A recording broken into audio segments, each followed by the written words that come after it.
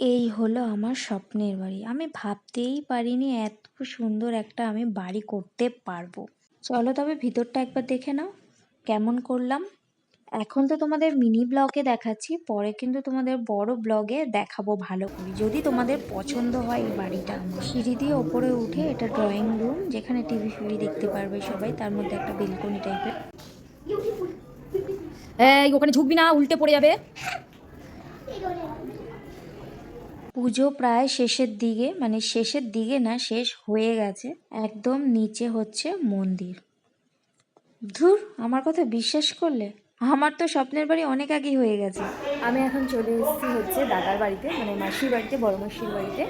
তো আজকে যেহেতু গৃহপ্রবেশ, সেই কারণে নিমন্ত্রণের মেন পার্টে চলে এসেছি, একদম খাওয়া দাওয়া। কি আছে? ফ্রাইড রাইস আছে, বাকি আসছে সবই দেখাবো। পনির কি বলবো, দাদাই বলে দিচ্ছে। চলো তাড়াতাড়ি খেয়ে নি, খিদে পেয়ে গেছে, পেটটা ভোজন করে নি, আবার পরে কথা হবে, বাই।